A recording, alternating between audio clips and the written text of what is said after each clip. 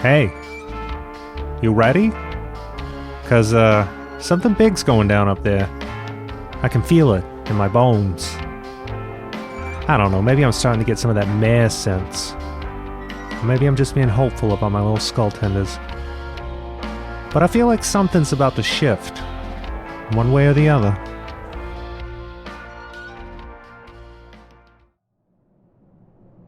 We pick up where we left off, just after the fight with Splinterheart, the wooden marionette who attacked you while wearing what appeared to be the silver armor of Victoria Veilguard. At a critical moment in that fight, you were assisted by Dudu's new friend, Handy, a disembodied floating hand who Dudu met in the Crypt Break Woods on his run back after getting killed a couple episodes ago. Speaking through Stovepipe, the hand declared itself to be the father of Nokia Spallanzani, which means, well, what does that mean, exactly? Thank you for bringing Stovepipe. I'm rather attached to him, you see. He was my daughter's favorite. What? You're kidding. Felicity wordlessly drops back into a combat stance. Oh.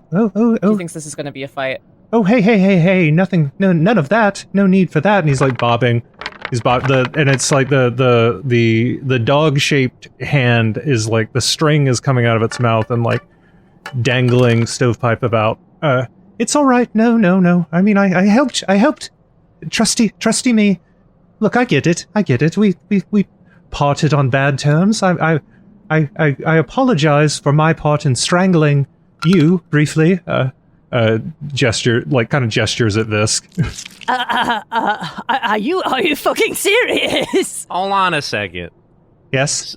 You're really Spallanzani? Are you kidding? Are you Spallanzani? Well... Why are you helping us? Well, it's quite an interesting story. Would anyone like to hear? Perhaps. You all seem rather savagely banged up. There's that stitching on the black pyramid tent above you that says hospital. This is... I don't think we should linger here for too long, but perhaps we can rest here a while at hospital while I tell you my tragic story of how I became sundered from my other half.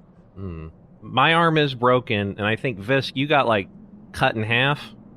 Sort of? A little. Is that corkscrew still in your eye, by the way? No, I took that out. Yeah. Right. Carefully unscrewed it. Like a smart player who sees traps coming. Like a fucking saw trap. Felicity, you all right? I guess we could all take a break. Felicity is pretty banged up. She is. Hey, it was a rough fight. Everybody got pretty savaged. Yeah, Felicity's at like 35%. Yeah, the broken Splinterheart puppet is just on the ground before you. After Dudu cut that like thick bundle of strings that were going into the back of its head, it just fell to the ground, slumped over. Okay, well, and so Dudu, you're doing your healing. You guys are spending your hit dice. What does that look like? That healing? What are you doing? I would assume your broken arm would be the first thing. Yeah, I guess that would help. Yeah, you kind of press those feathers around, and like you feel like that nice energy. Then we hear that fun magical sound as the borrowed bones in your broken arm knit themselves back together, and thus healed, you're able to kind of help your friends also come back to their healing. Yeah, and I do some hands of healing and some hit dice and etc. on Visk empty midsection. I assuming you're just like there's just a big hole, kind of like Death Becomes Her. You know what? Sure. Yeah.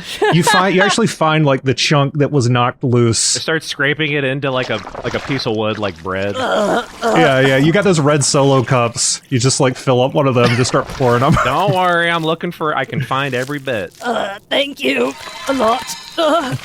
Let me bring you up to speed a bit. You see, before when I was leading you through the woods, I was a little lost, forgive me. There is very little left of me, left of who I was. I can only really be as this little puppet is.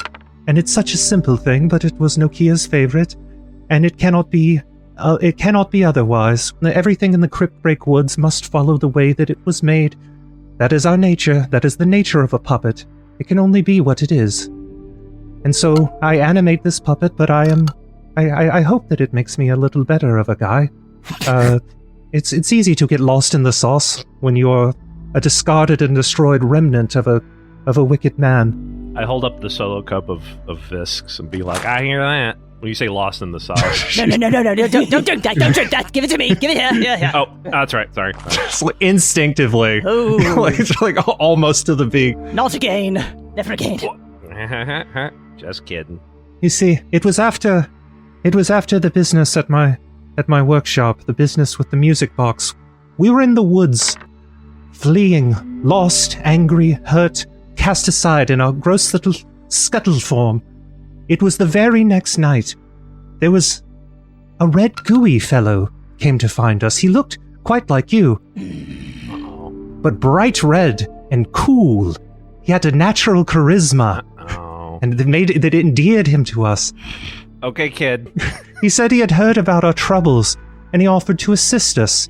At first we were angry with him, because he looked like the thing that hurt Nokia, that shattered her little music box.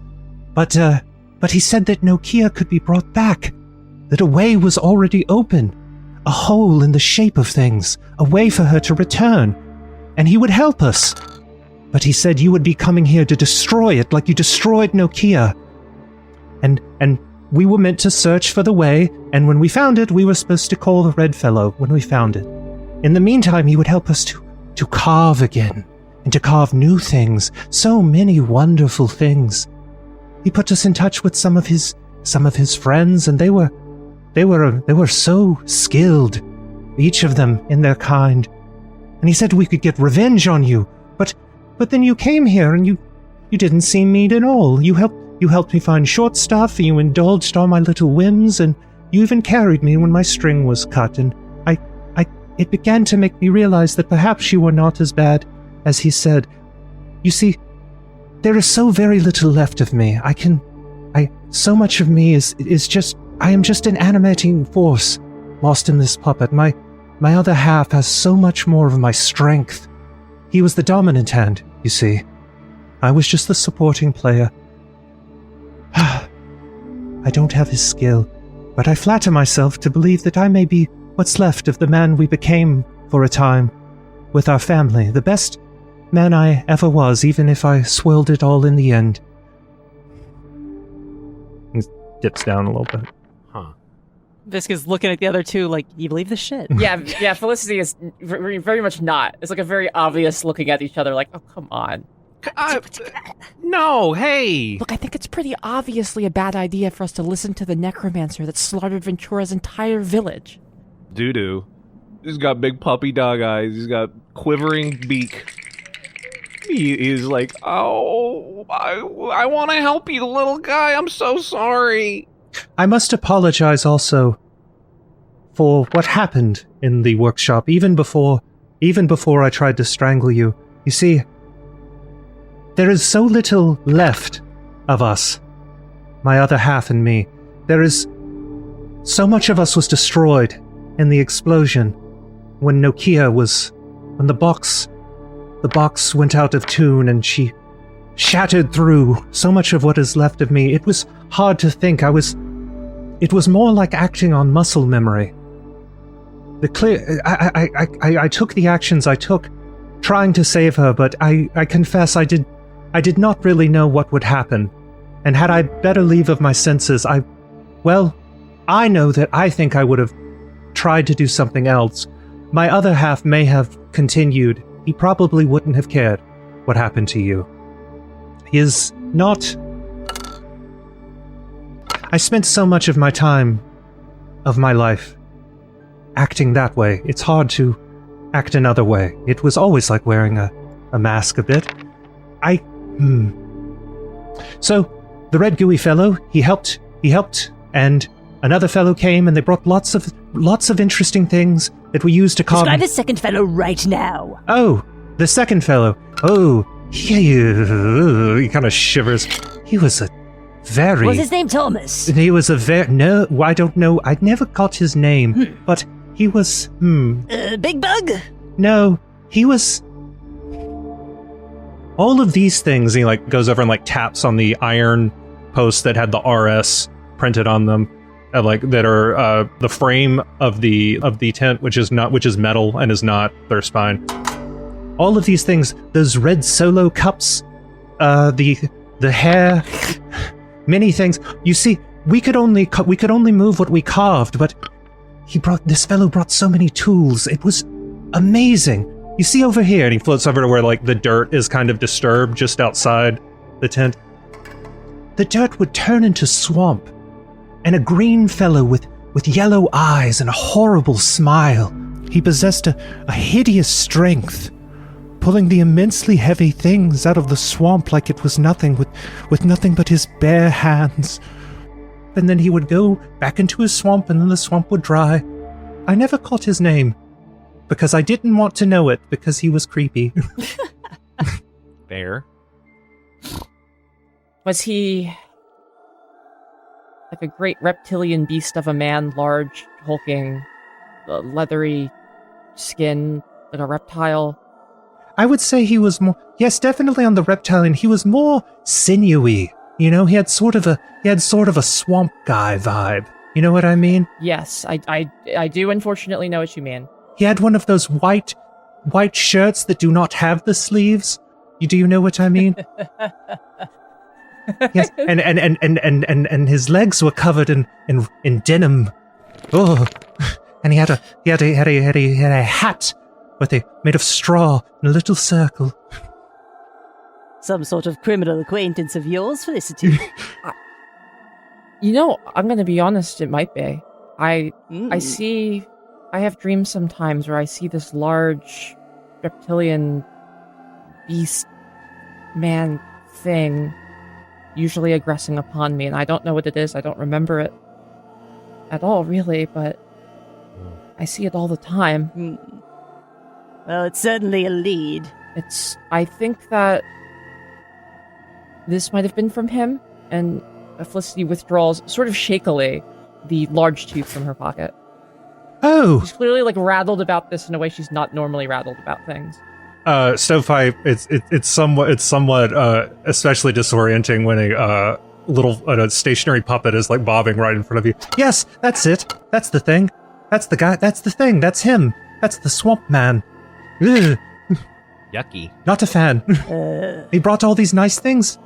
The materials to build the hospital, the iron, and the things for the doctor that we used to carve, new puppets, hundreds of gallons of black paint. Gifts from another friend, he said. All friends together.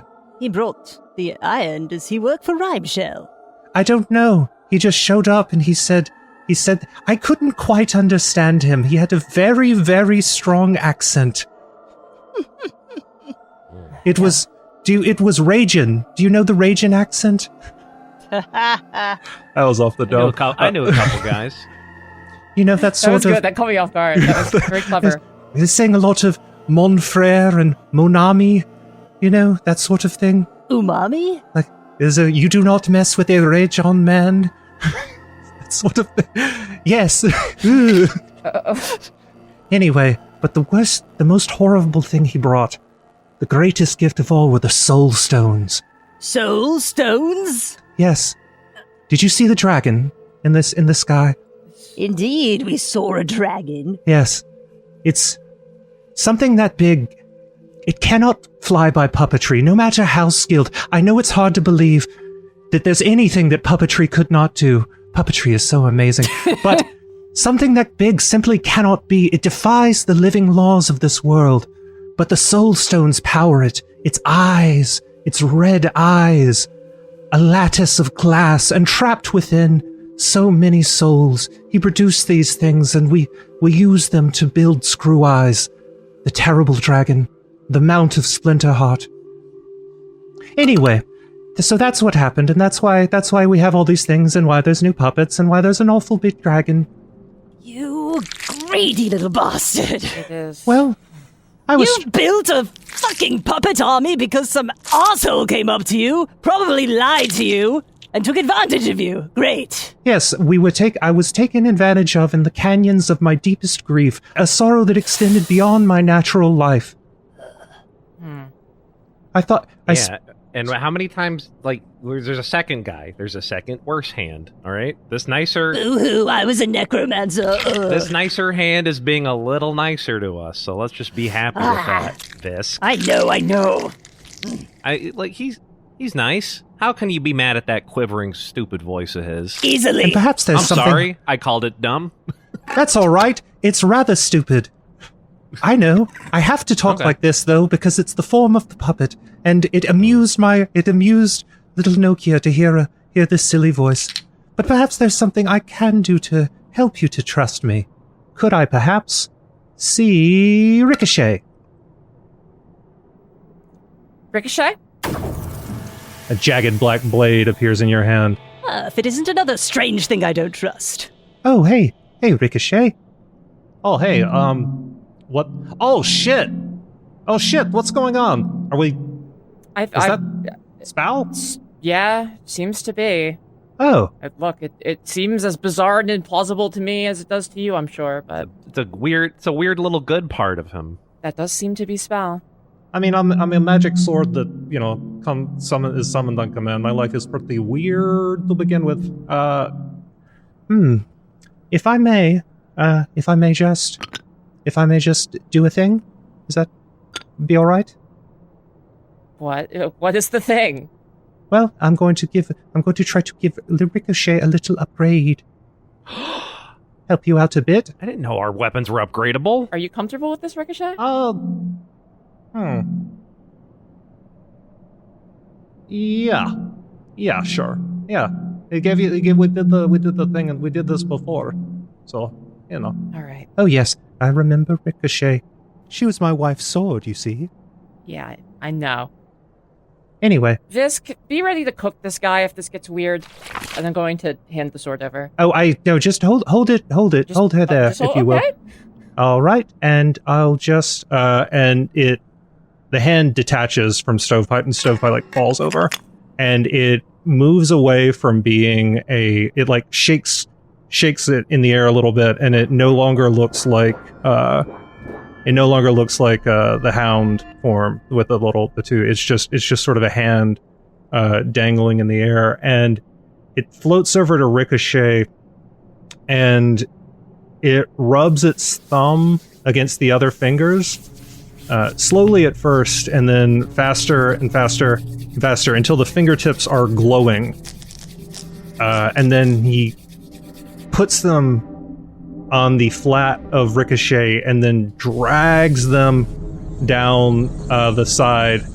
And as the fingers drag, it leaves 4 bright blue parallel lines along the flat of Ricochet. Whoa, hey, whoa, that feels great.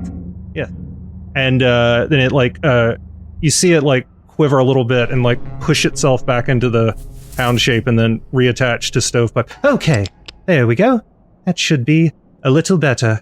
Yeah, now Ricochet has these 4 horizontal lines along the length of one side. Yeah, sweetheart, give that a little pluck. Because that's a little... I run my fingers across them. Yeah, it sounds like the strum of a bass as you do. Huh. Oh. Okay. Yeah, Ricochet is now a +2 weapon, and can be played like an instrument, specifically a bass guitar. Interesting. Yeah. Okay. Oh, this rules. This rules. This is okay. Rather nice, actually. Yeah, that's more like the spell I remember. From the good times.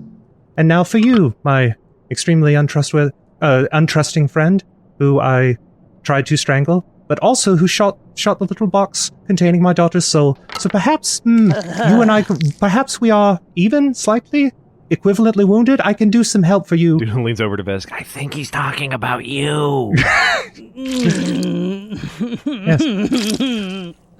Yes. That's a nice red streak you have. That's new. Yeah, we don't like to talk about it. Can I see that little, the thing you used to, the thing you used The L-shaped instrument used? Yeah, I felt in the resonance. right. Visk was seeing where this was going and is like, well, they're not on great terms with Jude anyway, so if they get destroyed in some fashion, well, that's death. What can you do? So they relinquish Jude. What's going on? I was thinking about shooting. What's going? I wasn't paying attention. Mm-hmm. Oh, my goodness. Just talk to this guy for a moment. Oh, let's see. Yes. And again, it detaches from Stovepipe and returns to that, and like shakes out the hound configuration, and it's just like fingers in the air. That then, it's going to he snaps the fingers. And suddenly, you can see the web of bright blue soul strings that trail off in every direction, but all intersect at an angry ball of green light at Jude's core. This is very similar to what the mayor did, only this time Jude hasn't been disassembled and is very much conscious. What's going on? Don't look at my green orb. That's where I keep all my anger and unresolved issues. And as Jude is talking, you see that the green energy is like flashing with every word, but again, very insightful for the hand is flitting around Visk. It's flitting around Jude past the point where you can see this, past the ends of the strings that you can see, and it seems to be like grabbing things that you can't see and moving them into new positions. And as it's doing this, the color of that energy is at Jude's core is shifting away from green into more of like a cyan. Are you making him more agreeable to work with? Hey!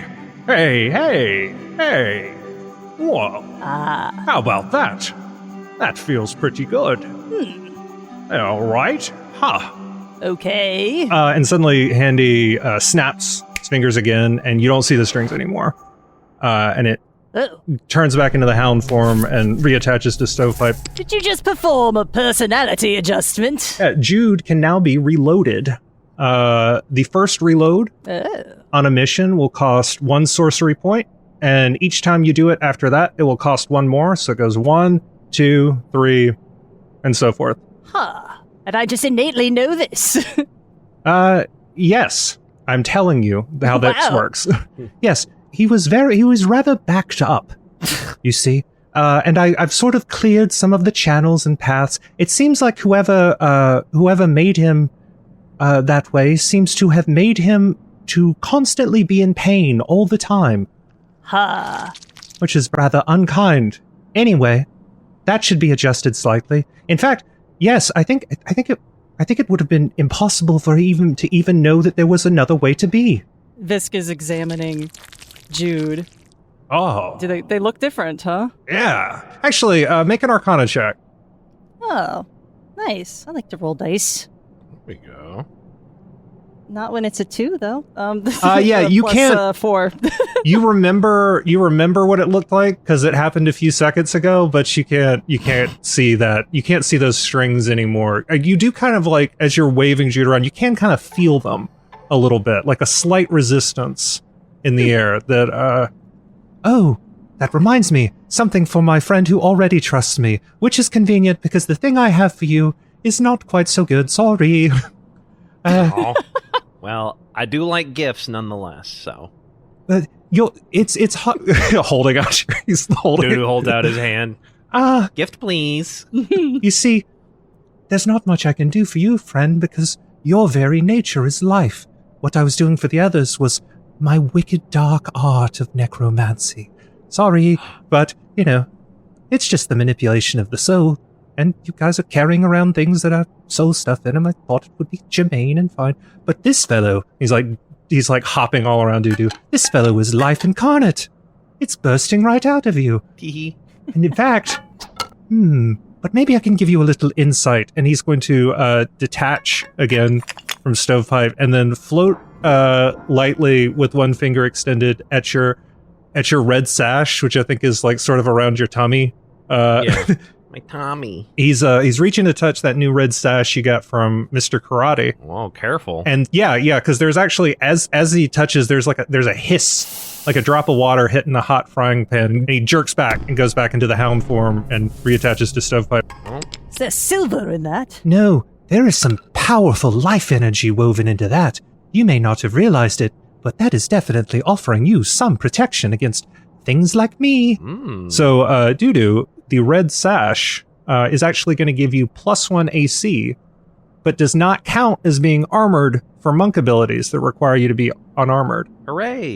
It was already doing this, but you didn't know it yet. Yay! I was actually already accounting for this on attack rolls, but it never quite came up. Really? One Oh, that's cool. red Yep, it was all. sash. Yeah, it now gives you +1 AC. Visk is curious to touch the sash, but is too scared to get hurt. Oh yes, I wouldn't recommend it. It'll sizzle you too.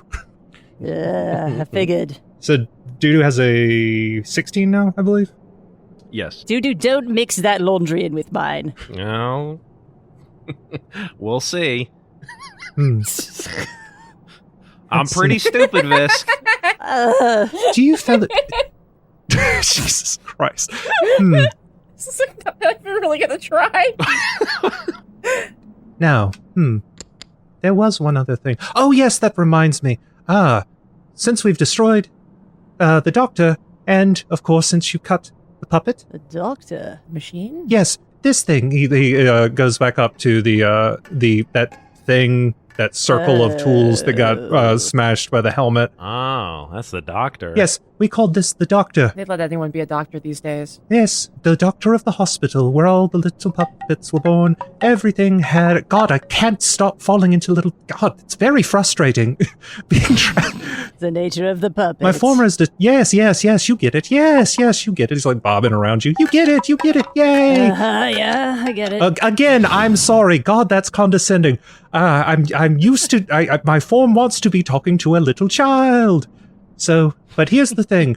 When you cut the string on Splinter Heart, that was a special string, and so my other half almost certainly knows that something has gone quite wrong. So we are probably going to want to move away from here quickly. I should have mentioned this sooner. Yeah. Oh no. I'm such a little blockhead. Crap. It is in my nature. Can you control all the other puppets? Can we get an army? No. There is an army, and it's probably coming right this way. Great. These fellows, the wooden ones that have withered, they were rather strong, weren't they? Mm-hmm. Very, very strong. Much strong enough to break your arm. Well, there are quite a lot of them. Perhaps Dozens and dozens. Yes. Yes, that's a conservative estimate. We should probably... Where is the other hand? He will be in the Shadow Castellet, the center of his terrible web.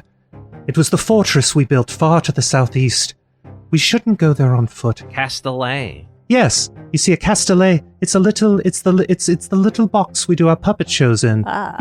You probably remember the one from our workshop. Oh, that's what those are called. Yes. So that's southeast. That's where the dragon came from.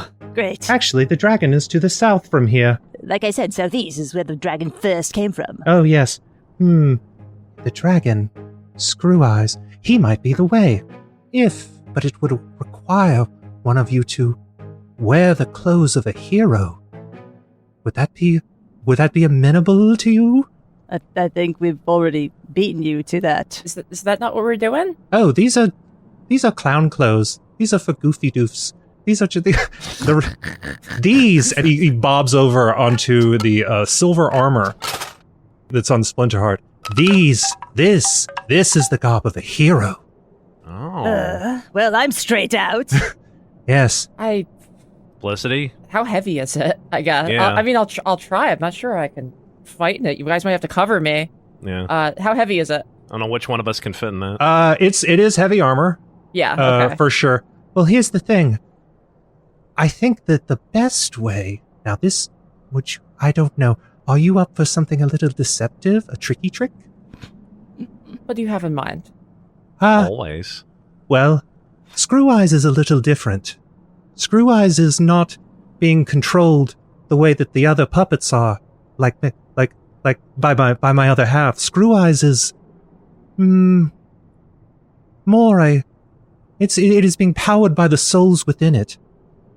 But Screw Eyes serves Splinterheart. So if one of you were to wear her armor, we might be able to trick it. And hijack a dragon. And then we could ride a big cool dragon Ooh. and then fly over the horrible huge army that is certainly coming right this way. So, Sounds like a good plan, little child. yay! I like it. I think it sounds better than getting punched to death by 100 guys. Oh, Yeah. yes. Oh, A lot of things are better than that, yeah. oh, that would be a nice way for it to end. Ah, More likely, you would be dragged to my brother where he would do horrible things to your souls. So, That seems... So, that seems... might want to dodge that. I was already convinced, but yeah. I will continue to be convinced. yeah. Doo-doo pulls off the armor just to get started. Yeah. You find the From the helmet doll. is the helmet is like off to the side, but it's it's cinched in the back. There's like leather straps holding the parts together. But you can kind of help Felicity I to know how to untie a knot. yeah. It's like, and they're like buckles. They were just sort of strapped. I definitely know how heavy armor works, so Same. as do we all, as do our listeners. They don't need Yes, to of explain to course, them. you know. The You just natural. equipped it. I'm putting on the gambeson, I'm putting on the chainmail dress, I'm doing the straps and the plates, you know. Yeah. Unfortunately, you already have that. The chainmail? The bikini. the chainmail bikini is helping with that. Yeah. Make a quick performance just to see how well this is. Performance. Actually, okay at performance. We haven't performed it yet. Mm. That's a 20, but like a dirty 20, not a nat 20. Okay. Well then, for that, you are going to. It's not going to offer you the full. It's not going to offer you more armor protection than you would have had before, like AC. But it's also not going to give you the penalties that it would normally you would normally get for wearing armor Okay, that you were that's not. good. Yeah, because I'm not proficient. I'll take that deal. It is also like surprisingly light. Like it's still heavy armor, but it's like it's very thin. It's a lot thinner than you would have expected. It's like just sort of like a thin sheet of silver. The protection comes from it being silver that's covering the body rather than like being thick armor. And I seem to be able to move freely in it, huh? I would like to try to do a standing backflip. Oh yeah, that's good. Wow. Okay, yeah, make an acrobatics. Visk is going to back away very far. Crit fail. Get sent to planchette. It's a 13. Okay, you don't break your neck. You don't land on you land like on all fours. Like after doing the backflip, you don't land back on your feet, but you land on all fours. Wow. That's better than I thought I was going to do. I can accept that. Yeah, it's considering you're a cat, it's like kind of cool. This is far more practical than the previous attire. Do you have the helmet? I'd stick my face into it first to make sure that, like, see how my whiskers fit. And when it seems right to me, then I stick my whole head in there. Yeah. They actually like come out through the little. It's got those little holes drilled. You know what I'm saying? And it kind of come. They just all slide out through those. All right. Oh yes, you look heroic as hell now. Wait, I can't say these things. God, I'm really struggling. All right. Oh, we should get going because that huge army is probably on its way here right now. Yep. Well, how do we summon the dragon? Oh, well, where is it? I don't know. Did anyone see where it went? Can I see it anywhere? Like, I'm gonna... Felicity takes out her spyglass and just... Can she spot it in the air anywhere? Like, even if it's far. Yeah, let's just look. In every direction you see white. You just see white. Oh, I'll be damned, huh? Didn't I say you could see any distance with a spyglass? Yes. Okay. Well, then there is actually a clear-cut path leading directly from here to Crossbar Village, and you see an immense black serpentine form curled around the hill that Crossbar Village is perched on. Way off to the south by southeast. It looks like it's the dragon and not the mass of people coming to do horrible things to us. Oh, that's from the Castile.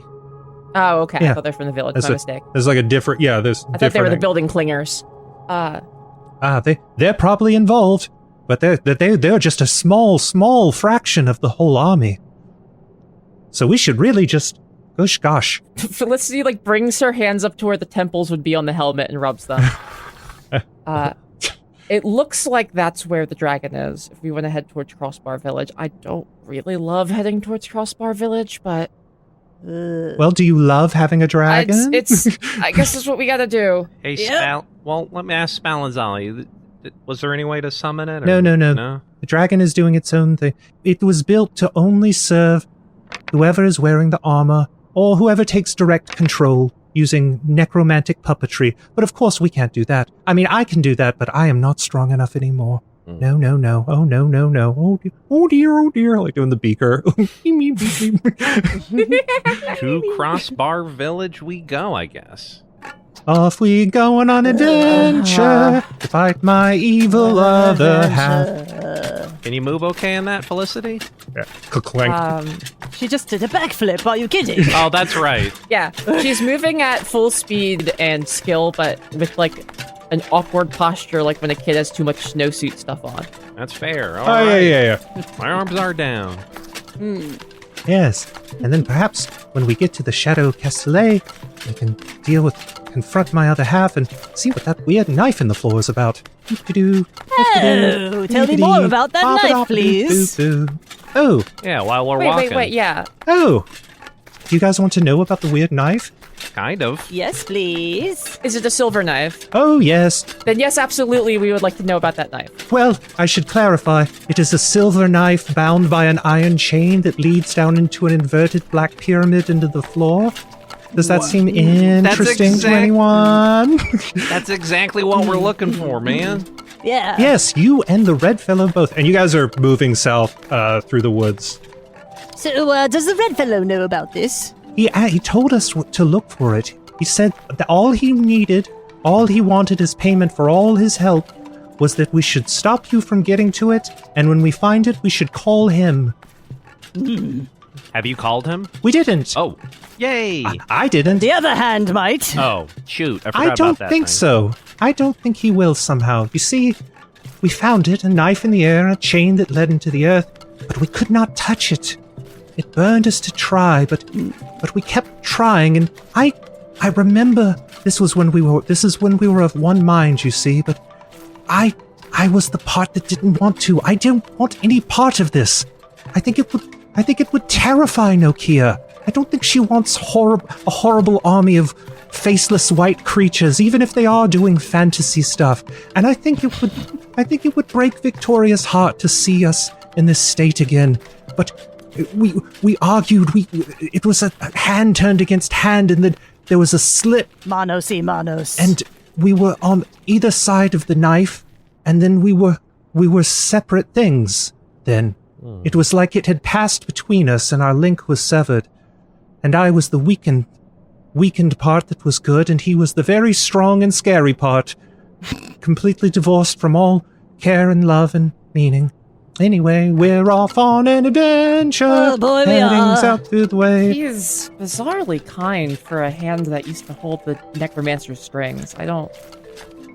Well, imagine what the other hand is like. Ew. Oh, yes. Ooh. Yes. He's gonna be an asshole. My goodness, yes. Yes, he bound me to this puppet. He said that should be me for now.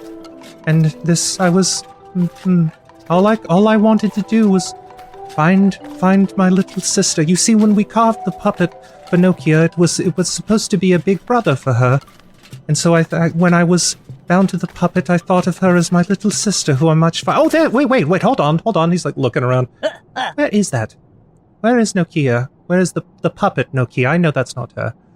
I know enough. Oh, Oh, we left her in the tent. Visk runs back to go pick her up. Oh, that's, you know what? Okay, yeah, bring that. That's fine. Good. Thank goodness we were only a couple of yards away. Yeah, it's just far enough to be awkward, but still close enough that you feel Yeah. you have to go get it. Visk is doing this. Well, Visk is doing this. Stovepipe is looking at the other two. Yeah. How do you think I'm doing with the goo monster? Am I doing better? I think so. It was easier. The red one was so twisted, but he's very charming. Well, that's kind of the... It's cool. I wouldn't trust Yeah, the red one as much. The red one is very charming, but not a very good person. Whereas the blue one is not very charming, and not... But is a good person. Or at least is not as bad a person in like a high stakes way. Oh, I see. All right, I'll remember that. I hope probably not, because I am kind of dumb. All right. Oh, here you are. Here you are, Xanthrax. Good to see you again. Actually, we should have sent Felicity. She's got like 60 feet of run speed or something. I could have got it. I was pretty quick. I don't know why I did that. Let's go to the Crossbar Village where the dragon waits. Where Very we will... kind of you, Visk. You did a kind thing. Yes. Thank you so much. I guess so. I just felt bad that we left that there, considering that I was the one that did nothing. Ah, empathy. Oh, my goodness. Look at Oh, you. you're doing an empathy. You're learning. Wow. You're growing. It's like bobbing around you condescendingly. Fuck you! It's good to learn and to think about All right, feelings. Stovepipe, turn That it is down. how we... Felicity's clapping along with the song. Batting it away. But it's like every time you do it, it's just... Yay. Fuck. All right, turn it down, Spally. Oh, I like that. You're not incentivizing me further. It sounds like Pally, like which is what I am. I'm a friend, and it's better than handy, which sounds like, or it sounds like sex stuff. So we're moving on. So, da da da, toot toot toot toot. We No one's died of that one before. I don't think I'm familiar with that term. Oh, yeah. So the four of you are making your way through the Crypt Break Woods, heading south towards Crossbar Village. Handy is, Pally, just like a fucking cascade of names. It's going to be that thing like when you open the Wikipedia article, or it's just like aliases, like Yeah. very long list. Andy, Spallanzani, Spally, Pally, That's why we Stovepipe. need the Scroll Tenders wiki to get made by somebody. Yeah, hurry up. Hurry up with that. Any day. Any day. And we're all laughing and having a good... And Stovepipe is like, oh no, the trees, climb. What? Up the trees! Mm-hmm. He climbs straight up the nearest Thirstpine tree. This doesn't have a climb speed. What do I do? Get on my back. Yeah, sure. Yeah, okay. Get on my back. Okay. This does. Well, I certainly can't climb on Felicity's back with that armor on. All right, Felicity's gonna scamper up the tree. yeah, Dudu, make an athletics check. All right, I am doing an athletics check myself. That's a 16. Oh yeah, that'll do it. Yay. So you all, you're all up in, you get up there. You got Visk sort of on your back, kind of in the folds of your robe, like a real Yoda, like a Yoda in the back of Luke's robe situation. Avoiding the red sash. Yeah. Yeah. Oh, that's fine. That's around the tummy. It's on the outside. It's fine. Yeah. Yeah. Everybody can hurt me right now. You're actually in the, you don't know it, but you're in that's the mayor's robe, though you don't know it. But there is. I meant to ask you about this. I forgot. Shh. Everybody make a stealth check. Ooh, I get pretty good at stealth. Oh, that was a 20, a nat 20. Thank God, Visk is the one bad at it. Thank God. It's a 15. You 8. Oh boy. So I got a nat 20, but I'm on the back of the guy that rolled an 8. Fortunate. Yeah. You're tickling me. You're tickling me inside my robe, and I'm just like, stop it. Quiet. You quiet. Yeah, but Visk is actually so stealthy with that 20 that they reach around and cover your mouth. Shut up. That is my explanation for how you don't for what happens next. So you hear them before you see them. You hear the all too familiar at this point clacking of wooden limbs dangling on strings, but it's a lot of them. It's more than you've heard before. And then you see them.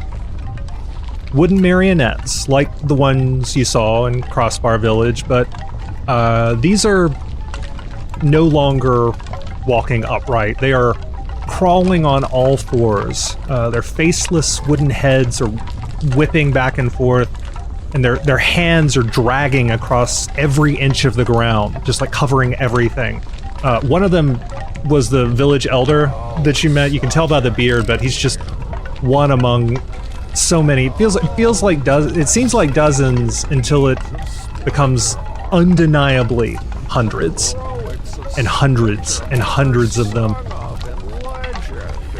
Crouch down. Be small. Between the branches, friends. Careful of their strings. Dudu's still giggling a little. So as they move under the trees, like 30 feet down, their strings are whipping up onto the branches just inches from your face, and then whipping onto the next and the next. And they are just this. It's so goddamn many puppets. It's like a. You know how parades? It's always exciting, and then they're too long. Yeah. Okay, it's like that. Always. It takes so long for them to pass that the sun is noticeably lower in the sky by the time they're done.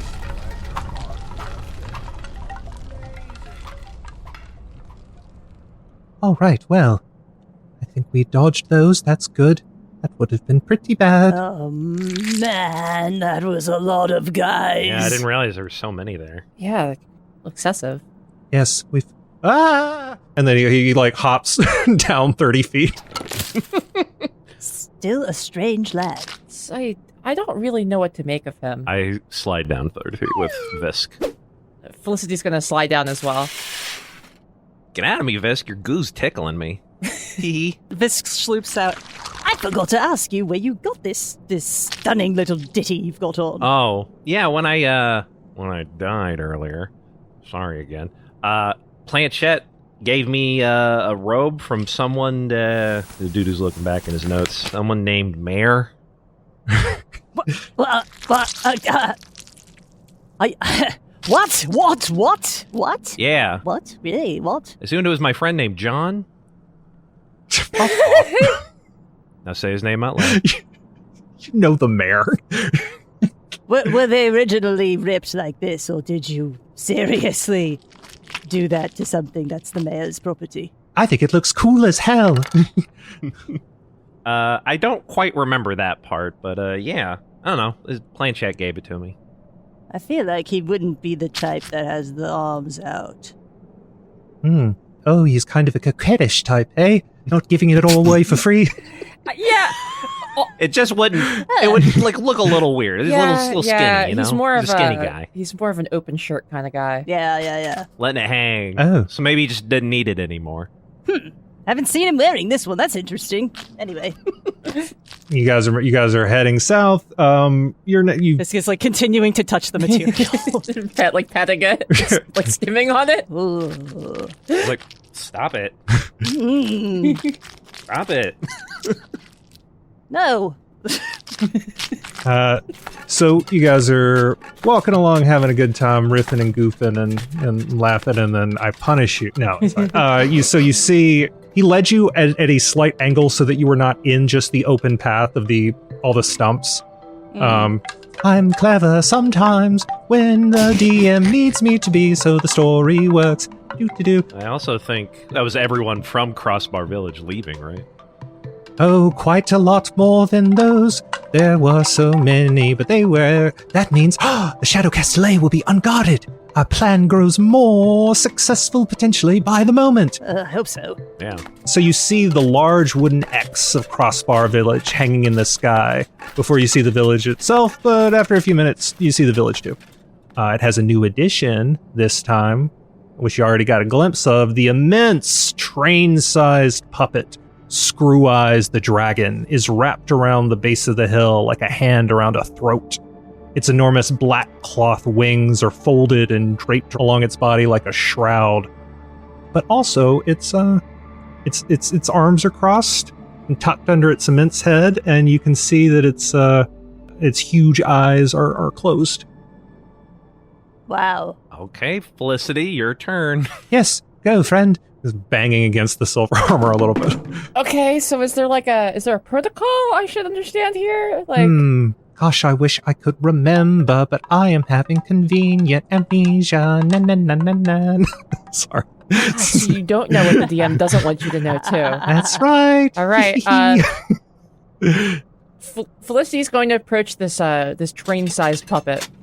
Oh no, honey, here, let me hold on before you go over. And Ricochet's like, yeah, just kind of like if you're wanting to look, if you're wanting to look like Victoria, right? You want to walk like her. At least as much as the puppet did. Oh yeah, it was a pretty good puppet. It was definitely made by somebody who knew her well.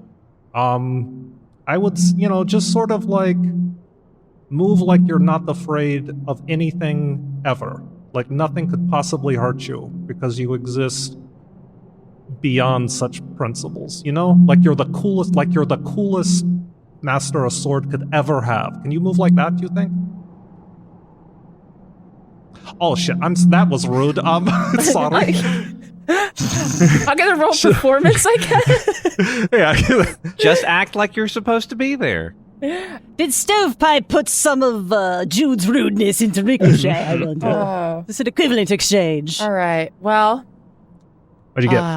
I approach the dragon, and I guess I do whatever stupid thing the DM says because that's a 1. Oh. You were swaggering up, and you, because it is new armor, because you're not used to it, and because like it's really messing with your beans. You know what I'm saying? Yeah. It's really throwing off your beans, and like right as you are approaching it, you fucking trip and just fall really hard. And you hear the loud creak of its wooden eyelids being pulled open, and you look up and you see they're like stained glass windows. These eyes, they're like 10 feet across, bright red, but within the red there are these like tons of like these crisscrossing black lines, and you see the lines kind of quivering and like something's pushing against them. And it blinks the huge wooden eyelids, which creak and then creep and then come back open. And it opens its mouth, and you see it's like looking into an armory. There are just these tons and tons of huge, sharp wooden teeth as big as broadswords. I think I said. I know I said that. And it's like moving towards you, and the damnedest thing. Make a nature check. All right. 16. Yeah. Thank God. It seems like it's breathing. You feel like wind going towards it and then coming back out at you. And it seemed like for that nature roll, you realize that it is trying to smell you. I mean, get close. Get close. Felicity's going to return to her feet and approach it in a way, without any stance to make an escape if anything goes wrong. With full confidence, she should be there. All right. It reaches, emerging from like the lower jaw. It kind of reminds you of conch. It is a like long wooden tongue that reaches out and traces along the edge of the armor, and when it gets to the sigil on your chest, it pulls back, and then it lifts its head up and it moves its claws out. Its huge, immense claws, you see them shining silver, blood red, reflecting the setting sun, and then it lowers its head all the way to the ground, flat, and it closes its eyes, and you see a saddle on its back. Now that its head is flat. Guess we're gonna try to climb up there, see if I can. It seems to be working quite well, considering the fact that even me falling on my face in front of it didn't deter it. So I'm gonna try to get onto it. Maybe that's just normal puppet behavior. Yeah. Yeah, it's like a huge leather saddle on its back. There's room for more than one, as a matter of fact. All right. Me and Visk get up close and join up there. Oh, here we go, riding on the dragon like we're allowed to. Dudu, you sit between me and Felicity, please. Oh, yeah. Actually. That does seem like the natural configuration. However. Oh. Dudu. Yes?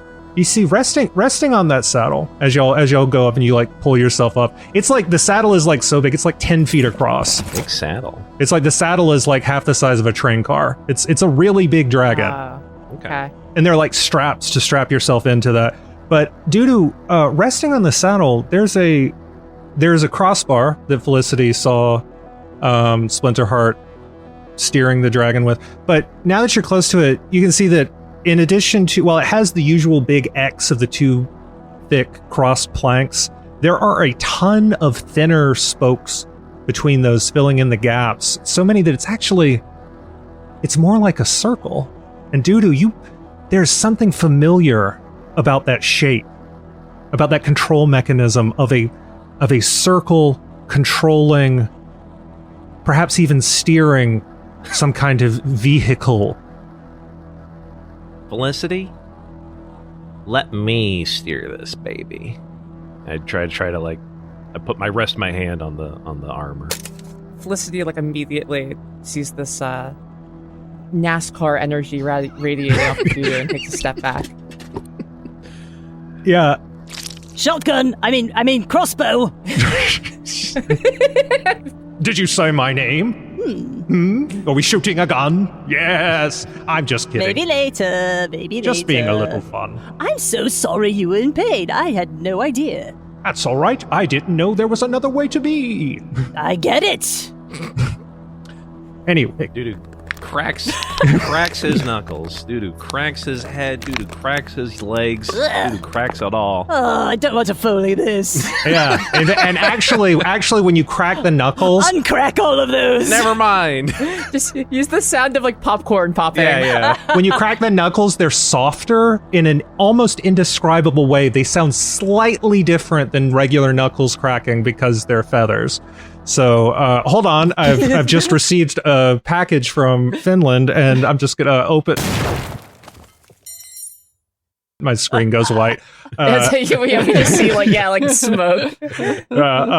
Dudu, as you grip this wheel, you can see it is connected to hundreds of strings. Like normally, this would be the kind of thing where you're like, "Wow, fuck this," but you understand them. You understand what every single one of those strings does, because after the string that Nokia used to control your body, and your growing understanding of biology from your new healing, and your new ability to slow your fall, and the many different owl bodies you've occupied, giving you an understanding of flight, and the knowledge of wind filling sails that you got from Felicity aboard the Necrona, all of those things are combining and coalescing, but most importantly, you know how to drive.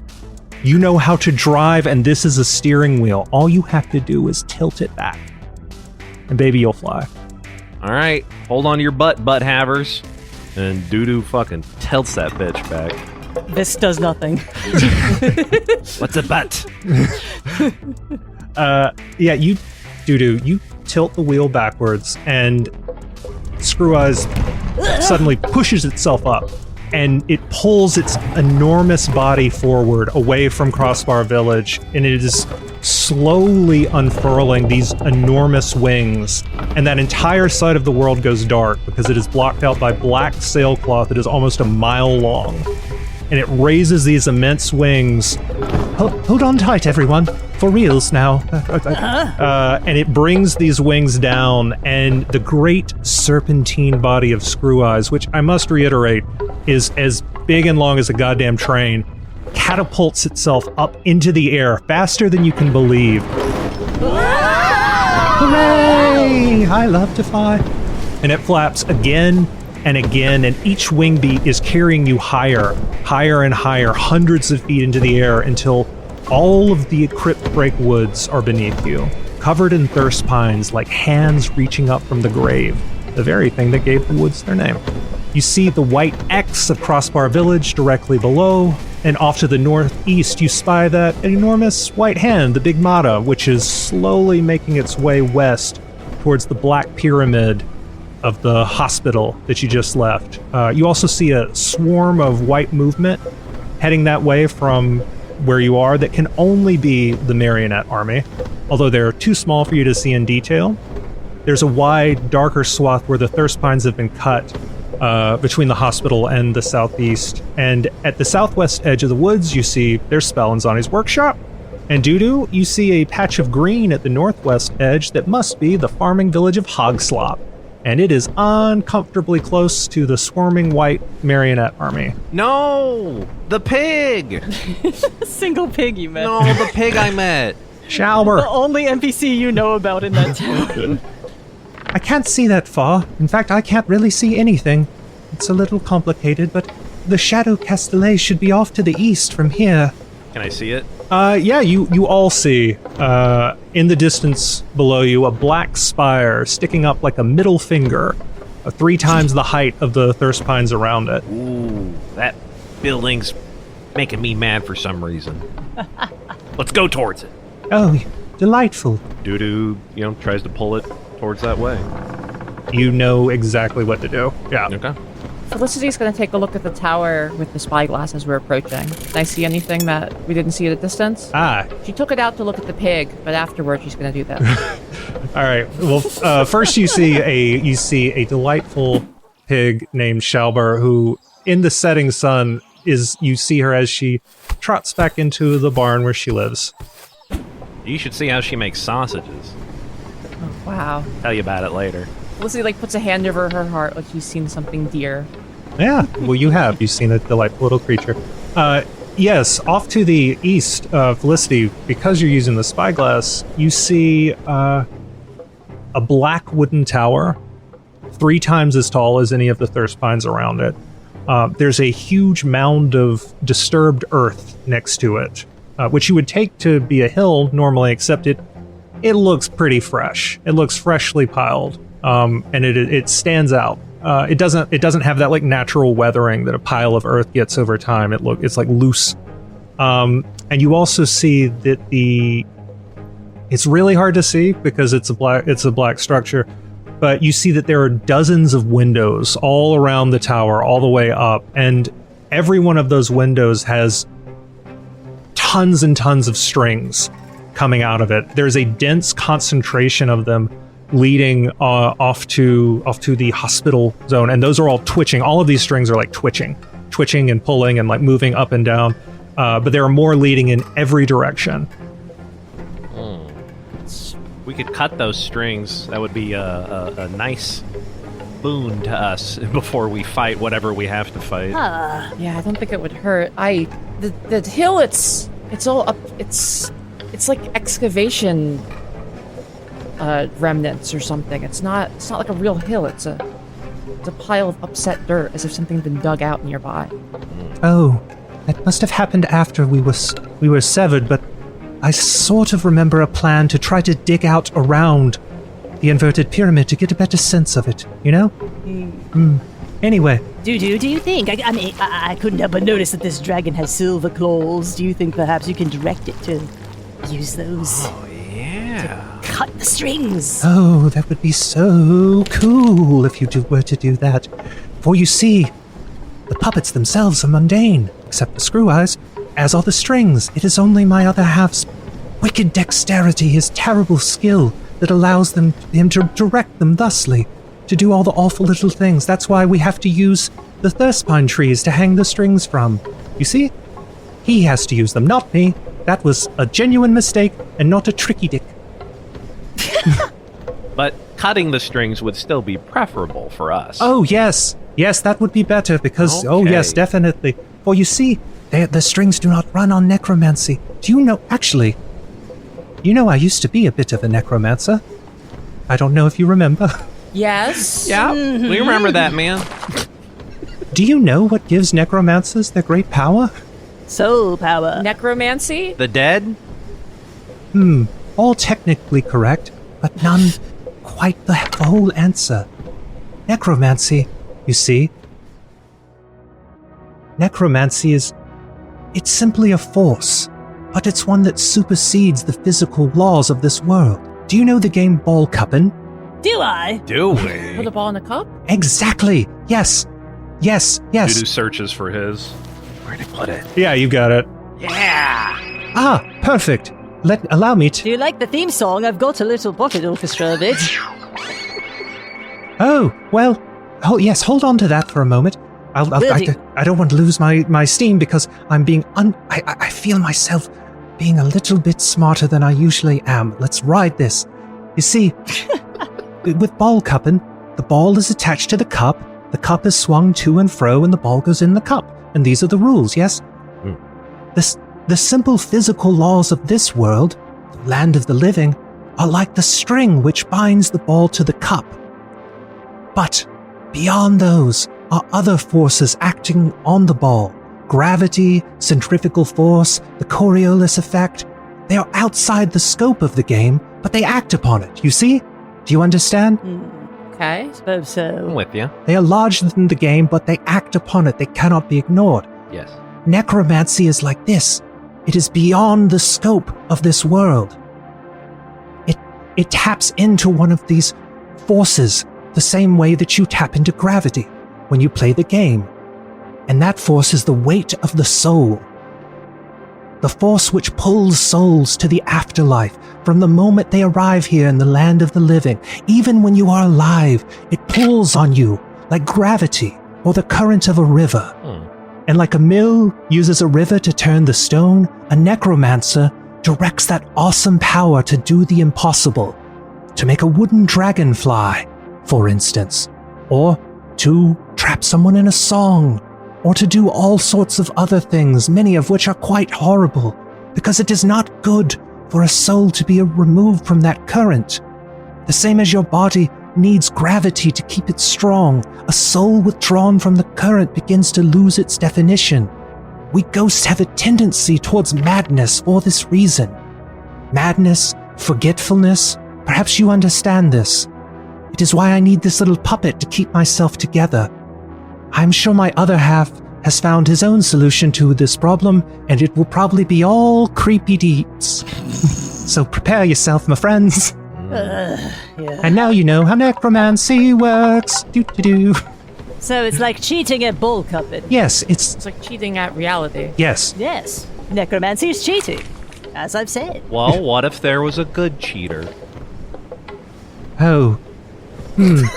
And that, Yes, Felicity doesn't love the idea either. That's really asking a lot of my ethical system right now in my character development. Well, kind of making me more curious about necromancy than anything. Stop listening! Drat. Maybe Doodoo's got a weird little arc coming up. No, don't do it! That sounds Hey, cool. we're getting closer, folks. Yeah, you see those strings like a huge concentration of them off to the northwest, and you are near the tower. Oh, so now what? So I'm worried that if we destroy the strings, Spallanzani worse version, we'll know immediately. So I think we should have a plan before we do that, maybe. Oh, good idea. There's a part of me that wonders if he doesn't already realize that something happened to the puppet that we killed. Well, yes. They can't find us probably at the camp because we're gone, and the dragon's coming towards it. So Yes, it's very loud from the ground. Okay. there's a part of me. Yeah, we're like rolling coal here. But I think we're a little. We don't have the element of surprise that much. Yeah. I mean, it's pretty surprising to see a dragon come at you, but Whatever. But in case we do have the element of surprise, I'm willing to hear any ideas, Bisk. I had none. Oh, I have only concerns. I'm very concerned. This would be thrilling and maybe even fun if I wasn't so stressed out. well, I guess what's the plan then? Are we recovering the knife? Or are we destroying the knife? I don't know. Oh no, we're almost there. If you're going to do something, I'd do it quick. Because otherwise he might try to take control of the dragon. pull out the claws on the dragon. Hold on, everybody! And then I try to maneuver it so I can cut all the as many strings as I can around the There is the a tower. a couple of the windows, because of the direction and because so many of them are in the same place off to the northwest, a lot of the strings are coming out of one side of the tower. Okay, well, I'm gonna try to buzz that part of the tower with the claws to cut it. Highway to the danger zone. Playing with the boys. You are swooping down. Make a okay. So this is, you have vehicle proficiency. I'm trying to think of what would be the thing to. I'm gonna say this is kind of an attack roll. Make a roll a d20 and add your dexterity and your proficiency, Okay. but not the other plus one you get. Okay. 22. Yeah. All right. The wings tuck in, to the sides. You drop because you're pretty high up. Yeah. So you drop down, and it is the same as Felicity and Vis saw in the last this dive that the dragon does. It extends a claw, and it is at the perfect moment to not fuck up its dive. But these bright silver tipped claws just slash through like so many goddamn strings. It slashes through so many of them. You hear like a million strings snapping as they are slashed through, like a cacophony of that. I see Jess blinking, but what can I do? That's what it sounds like. No, it sounds cool. I already have those sounds. I got Perfect. them. I brought my ukulele to Finland. I can make more of them. Okay. Yeah, you slash through all these. Now you are about 50 feet from the ground. Pointed fairly down. So what do you want to do? I want to pull up, and okay, I want to pull up and go back around, and I want to be like, how many did I get them all? How many's left? All right, make a dexterity saving throw. That was a natural 20. Oh! Okay. You did! I was gonna offer to help, but I don't think I need to. I got it. The wings flap out perfectly, and you like spin around to the other side of the tower on the back of your cool dragon. Did I get them all? Is there any more? I could do another buzz. You got all of them that were like leading off in that direction. All the ones that were leading off in the direction of the army, you have slashed through all of those with that silver claw. Well, then I guess the only way is just to land this puppy and deal with that mother effer. Yeah, so like full disclosure, and for the audience, my plan was for the dragon to crash. But KC rolled a 20. So instead, you flip the wings out, and one of them doesn't hit the tower and snap off because you were too close. It goes just after that for that 20, and then with those silver claws, it like puts those out and like eats all of the force of the momentum. It like pushes up, and there are like these huge mounds of earth from the claws digging into the dirt, and you all kind of are like, you rolled a goddamn 20, so you were all, it is like, it should suck, but it is actually quite clean. Doo-Doo is very good at driving. Oh yeah, Doo-Doo getting it done!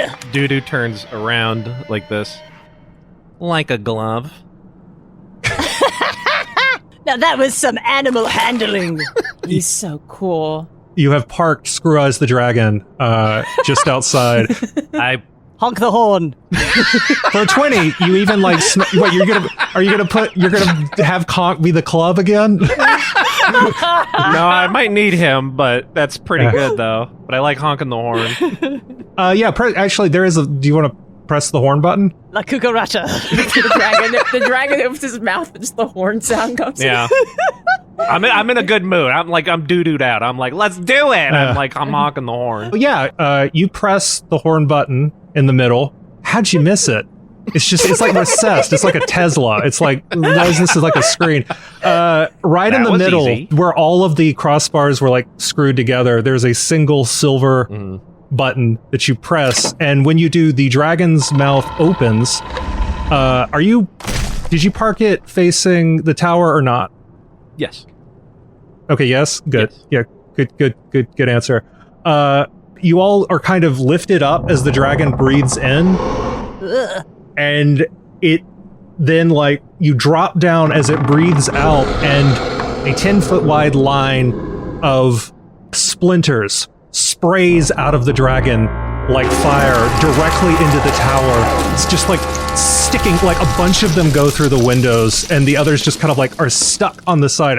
When I say splinter, I mean like as big as your finger. Well, I guess he knows we're here now if he didn't before. But that was sick as hell. Yeah. Warning shot. Yeah. I'm starting to feel cocky about this. Good. We're gonna need that cock. Oh, we are. My word. I'm just a little guy, but you are ribbled. I love it. Yeah,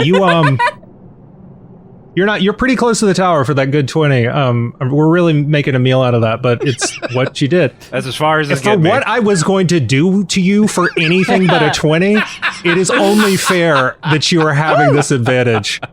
The So you see like strings beginning to inch their way back out of the windows and like down the side of the tower and like try to like they're starting to kind of go back to those slashed off. They're not going to do it quickly, but you do see like one that's like leading the pack that finds one of those cut strings and is like flipping, like it's like trying to like loop itself back around one of the cut strings. Oh, we better get going.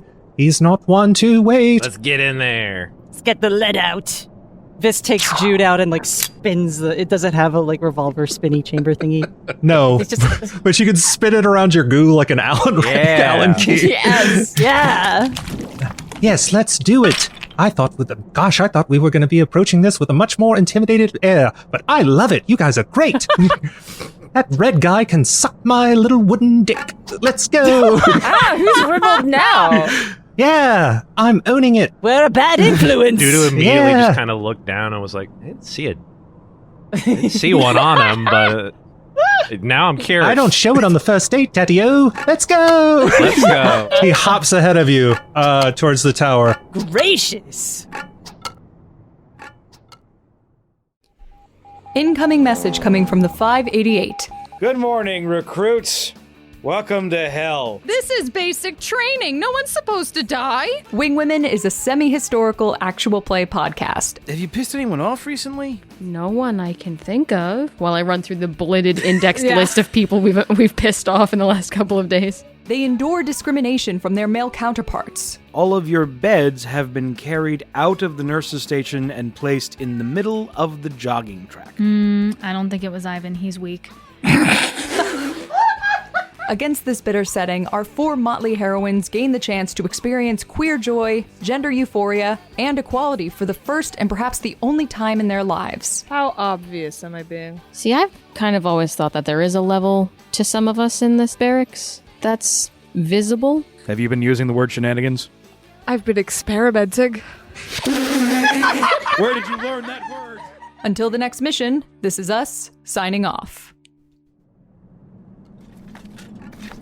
You enter the Shadow Castellet, and inside you see there are no levels to this tower. It's a single hollow structure, empty inside except for hundreds and hundreds of strings, maybe thousands, crisscrossing out of every window in a horrible web, except not a single one of them is touching another one. And a lot of them are now, that were leading off one way, are now hanging limp, but your eyes follow these strings upward where they dangle and twitch from hundreds of tiny crossbars, which are themselves hanging from a smaller number of tiny crossbars. And this pattern repeats itself up and up, 4, 4, 4, 4, up a pyramid of strings, all leading to a final pair of crossbars at the top of the tower, held by, well, you recognize him from the puppet show you saw in Spallanzani's workshop. A hooded figure in long black robes, cavorting around like an asshole. A crossbar in each hand, and levels of strings cascading down, down, down, mostly out of the windows, but now you realize many of them lead directly down, where they are tied around a bright silver knife floating in midair before you, about 10, 15 feet in the air. And that knife is attached to a heavy iron chain, which continues down, down into an inverted pyramid, a black absence of space in the floor. And then the chain leads through the point where the four sides of the pyramid converge and through into a room that Visk has seen twice, and Felicity has seen once, and Dudu, I think you are seeing for the first time. It is a small room lit by the unbearably bright light of the sun, where a tall skeleton with long, thin horns is pinned to the wall like a butterfly by long silver knives, one through each eye socket, one in each wrist and ankle, and one through where its heart would be. The knife through its absent heart is connected to all the other knives by thick iron chains, except the knife in its right eye. That chain is broken and hangs loose. and the knife floating above you leads to the knife through the skeleton's left wrist. And you see that all those strings are being pulled. All the strings that are wrapped around that knife floating in the air above you are being pulled, and the knife is being pulled, and the chain is being pulled, and it runs down taut to that knife through the skeleton's left wrist, and it is the fingers of the skeleton's left hand are pressing against the wall just a little bit. There is almost nowhere to stand in this room because the ground around the pyramid has been completely dug out. So there's almost like a moat of empty space around the inverted pyramid. It's hard to say how deep it is, but with the dirt cleared away, you can see that it is indeed the Black Pyramid, identical to the one you know from Ghost Town, only it is smaller and upside down and hollow, and it leads down to leads down to somewhere that is not there. What are you doing here? You pathetic little wretch! You piece of shit! What have you done? The voice of the necromancer in the ceiling. I found some heroes, and they're going to kick your gross little ass. Yes, hooray, hooray for... And, 15 of the strings shoot down and immediately wrap around Stovepipe and try to yank him up and away from you. Oh, Stovepipe, I grab him. I try to grab him. Make a dex saving throw. I'm good at dex, Stovepipe. Just hold on a second. That's a 21. Okay. So Doodoo has a hold of Stovepipe, and we are going to now roll initiative. Mm-hmm. Oh, shit.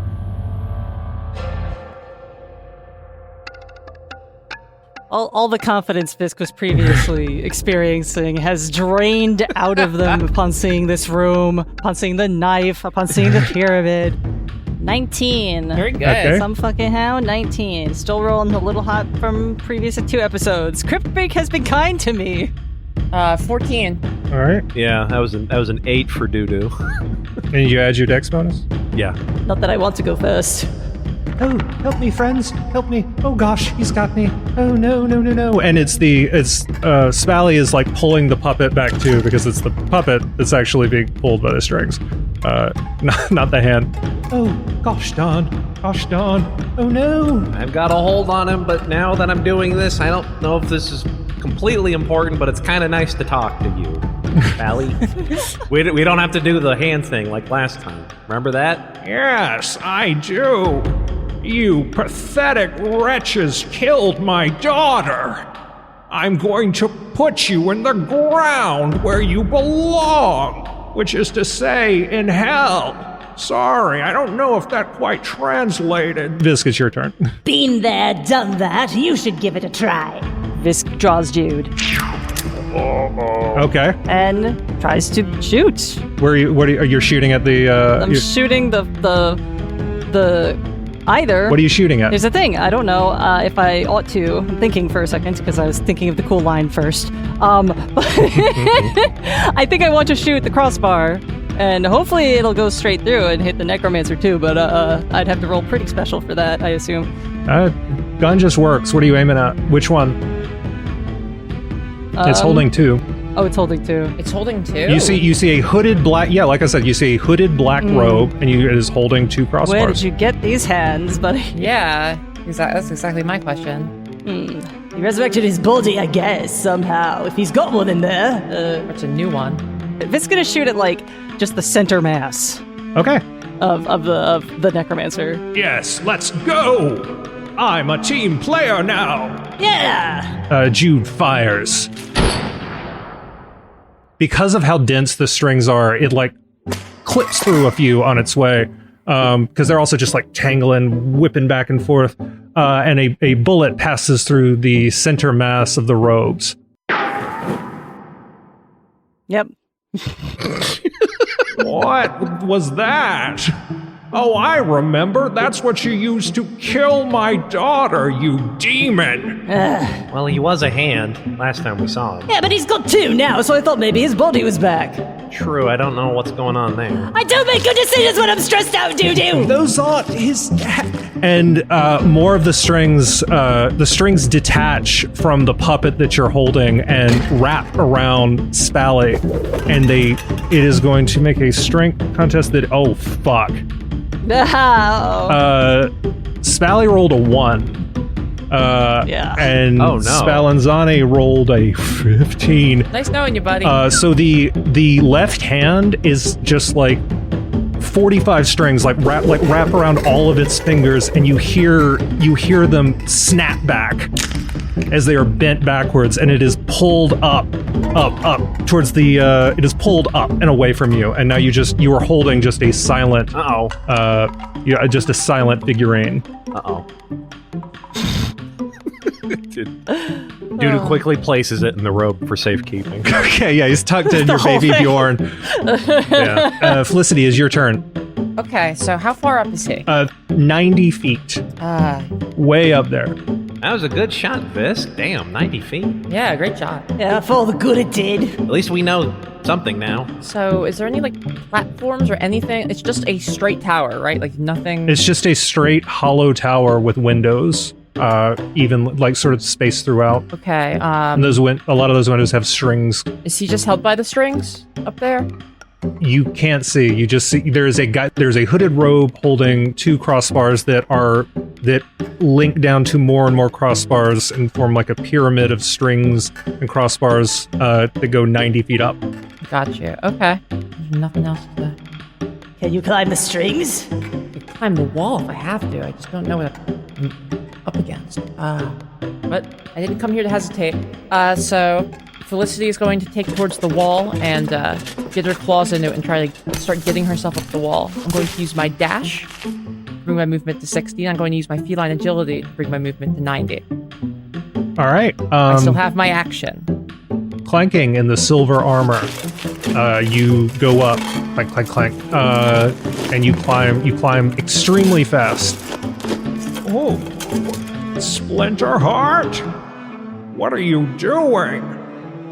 What is happening? Is that Ricochet? Victoria? Is that you? I'm going to take a shot at him with Ricochet. Okay, he's like 15 feet away. Okay. I'm going to throw Ricochet at him. All right. Make an attack roll. Okay.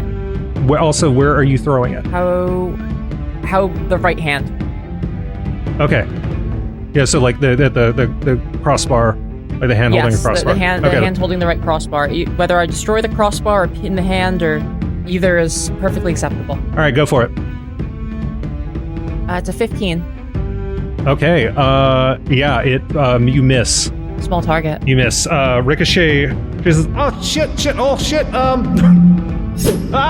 And goes past. It's like it's going straight for that X, and then it dodges away at the last second. And Ricochet keeps going and just sticks into the other side of the tower, into the wood of the other side.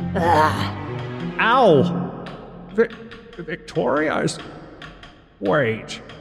And one of the hand raises up and whips, and a bunch of strings flip out and attach to the helmet. It is going to try to... 15. Does a 15 hit AC? No, it doesn't. Oh, okay. So it doesn't pull you off the side of the wall, but it does get the helmet off.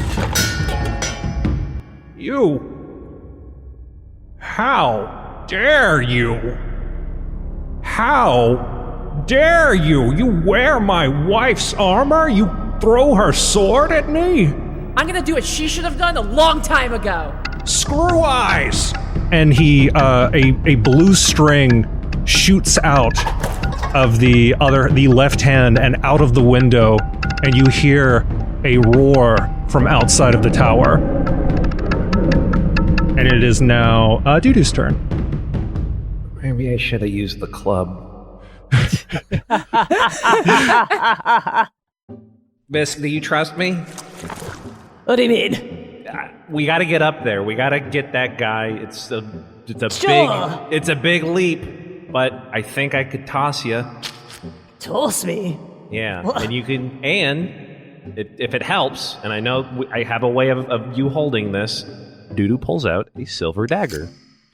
And we all flash back. Doodoo, for your very high roll, a silver dagger.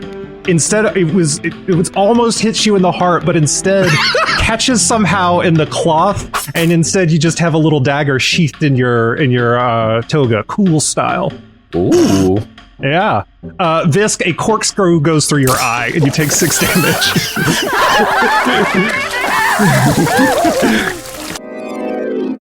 All right. It came after me, but it only pierced my robe and did not hurt me. So I have that dagger.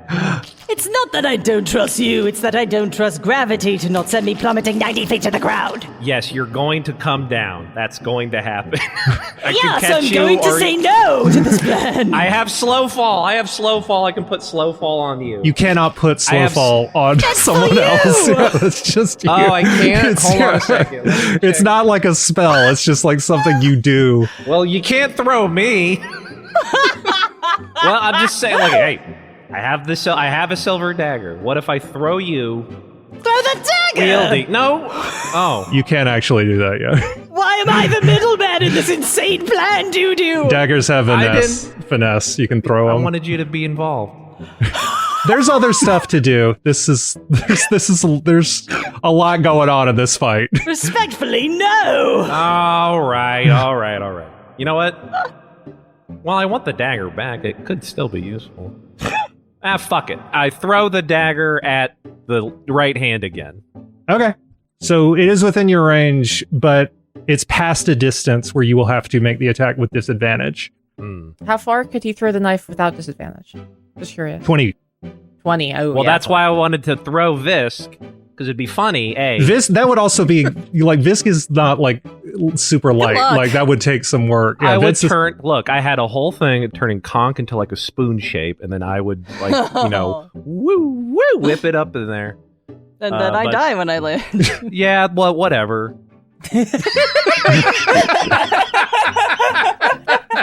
I don't know if it's permanent for me. You just splat, it'd be funny. You could use conch to spring yourself up and slow fall yourself after you throw the dagger. What if that? Yeah, do we want to just start at the beginning and try that? I mean, you can keep all my stupid ideas in. I don't. Yeah, really let's do care. that. Let's do that. All right. What I do is I take conch out. All right. Stick him in the ground, and he instinctively pulls out a little side stick that I can hoist my foot on, and then I say, "Extendo!" Yeah, I have established that you can do stuff like this with conch as a bonus action, so there is nothing I can do to stop this without being an inconsistent, so go for it. Hooray! How high? Let's go 70 feet, baby! Okay! Conch lifts you straight 70 feet up into the air, and you are now about 20 feet away from Felicity, and about 20 feet away. He is kind of having to, like, it's like the Windows screensaver of the 3D pipes. He has to take you, like, around to get you, like, to not hit any of the strings. Whoa. On your way, you pass that knife that's in the air that is actually been pulled up a little bit more, and you hear a hideous creaking deep beneath you, like the very bones of the earth cry out in pain. But you just go past that, and you lift up. I'll deal with that later. Yeah, deal with that later.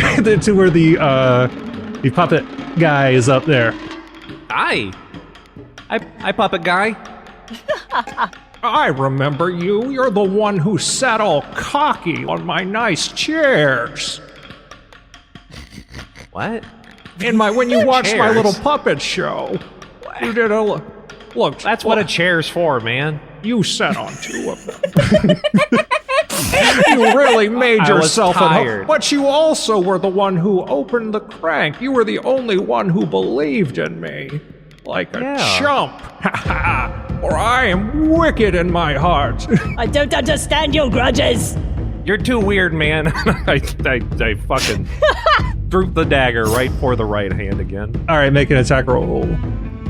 Oh, good lord. Add your dexterity and your proficiency. Both?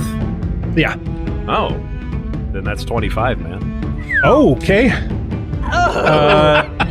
That's a 25, man. If I'm adding both. This is Dudu's finest hour. Yeah, you send the silver dagger whizzing through the air.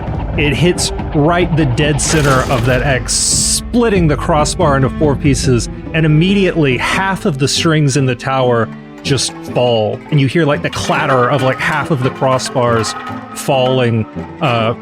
They're small, but like half of the strings fall. While you're up here, you can also see, just to refresh, Spally, most of its fingers broken now, bent backwards, horrible, is like caught there like a fly on the web, and there's still a blue soul string shooting out of that side. You've smashed the crossbar, but that string is still coming out. The one going to Screw Eyes? Yeah. So did the silver knife go through the hand? Because he aimed for the hand. It smashed through the crossbar. It was directly in the way. Oh, you don't see hands. You see black robe gripping crossbar on either, and now you only see it on one side. Look, you were 90 feet away. I think it's reasonable that you like couldn't tell that there wasn't specifically a hand there. He's robed too, so we can't really see what's going on. Okay, well, everyone knows what to do, I think, as Dudu just holds carefully on Conk. Yeah. So, boy, this was a weird idea. I mean, it worked. Yeah. Just hanging up there. You're welcome. You hear from 70 feet down below. Better you than me. It would have been fun. Yeah. This is gonna have some fun reverb. Big slut for reverb over here. It's something else's turn now. You hear from outside. You hear a creaking sound. It kind of you pretty familiar with it because you wrote it here. You hear the sound of Screw Eyes dragging itself along the ground with its big, because it doesn't have back legs.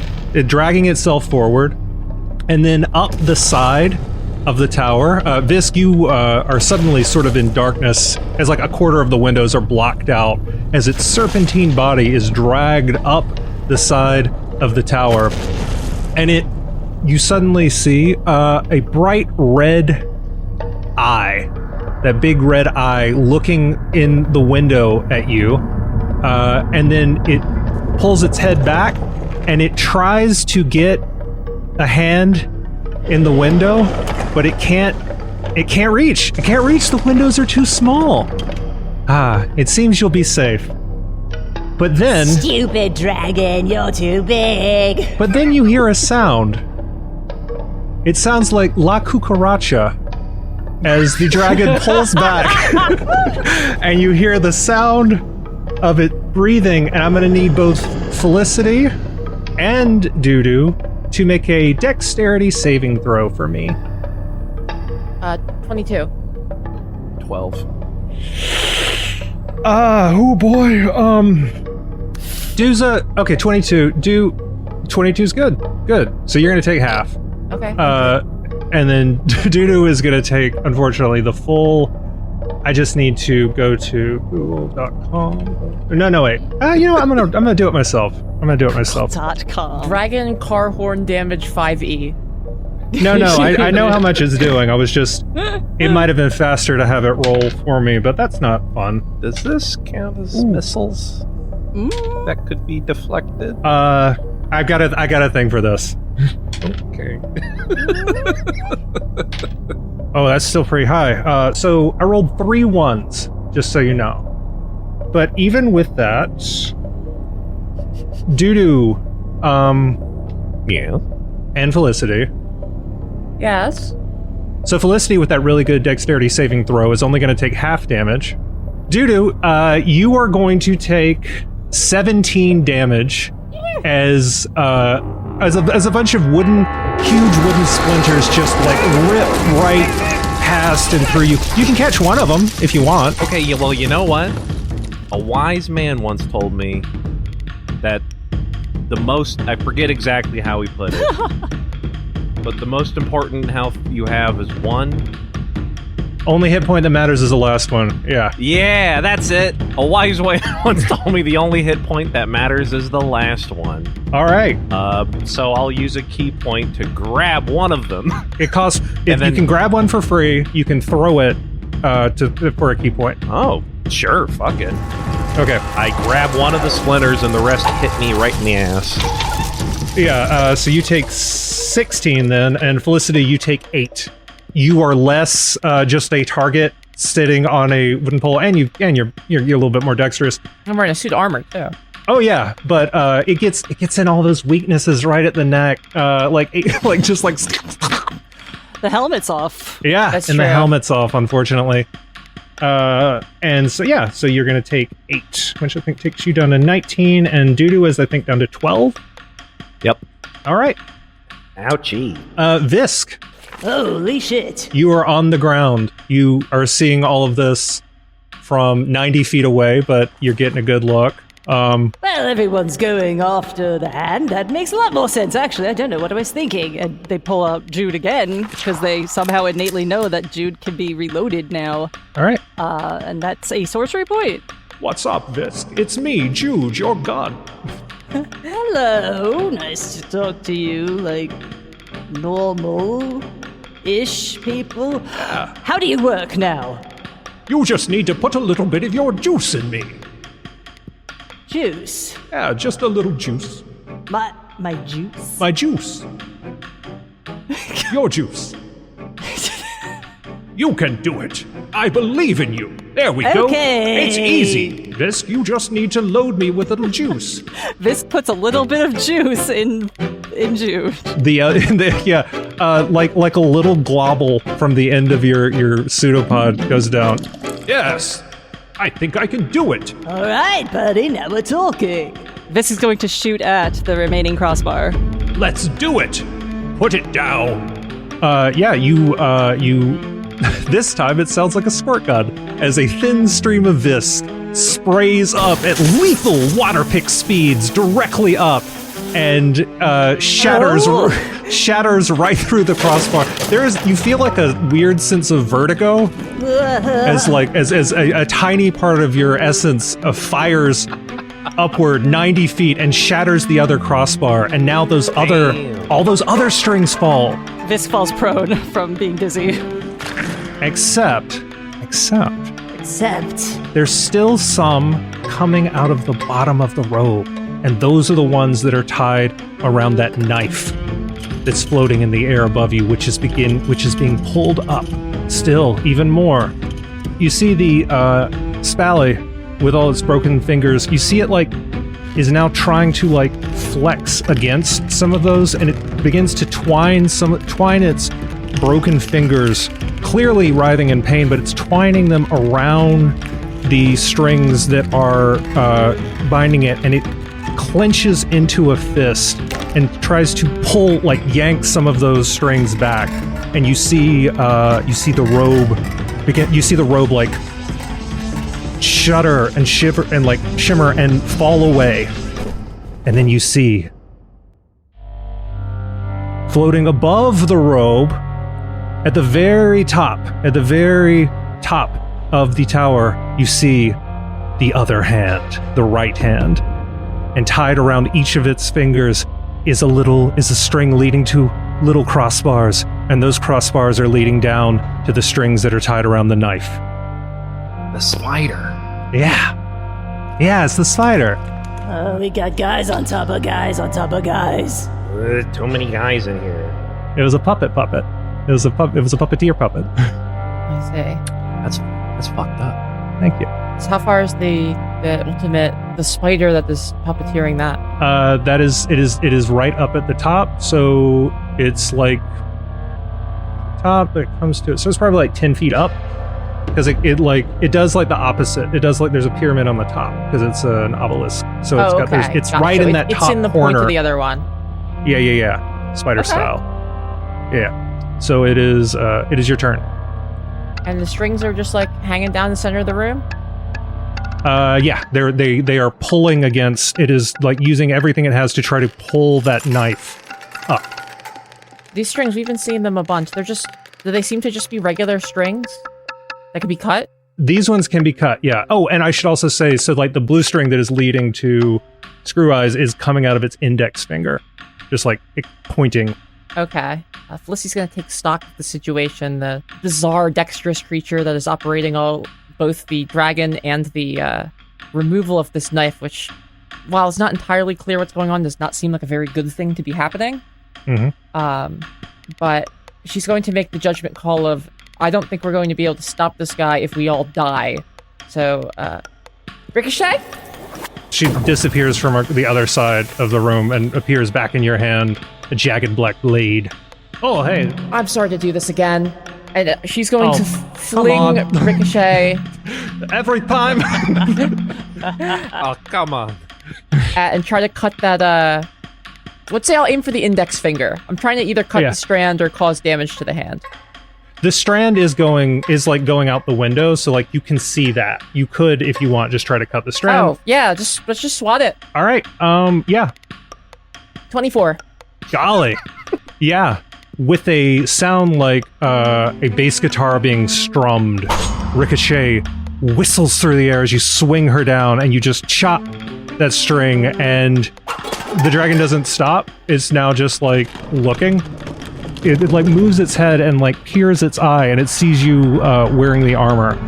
And it is now the spider's turn.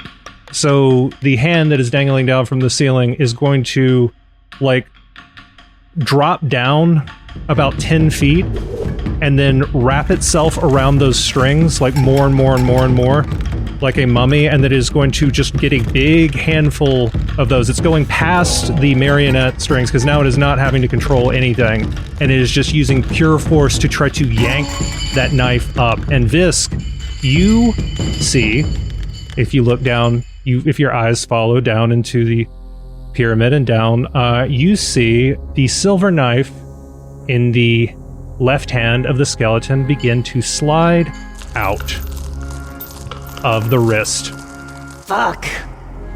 Why do you even want to do this, Spallanzani? Why indeed? The hell is the point? Who can say? Who can say? It's not going to bring no Kia back! Did they promise you that? And it is now Dudu's turn. I've got I've been picking splinters out of my ass. Yeah. But I do have one that I caught. So I would like to just whip that thing at the hand. I think just the middle of the palm. That feels like a good, like, ooh. Yeah. That doesn't hurt. Ow. Ooh, just think about it. Yeah, ooh, that's you ever good. do that thing where you, like, pull the string and it feel like you feel like someone does that and you feel it? Oh, yeah, Ooh, that's so bad. weird. Magic is real. Yeah. So I'm just going to whip that thing right at there. Right at the middle of the palm. Make an attack roll, add your dex and your proficiency. All right, well, everyone wish me luck. Good luck.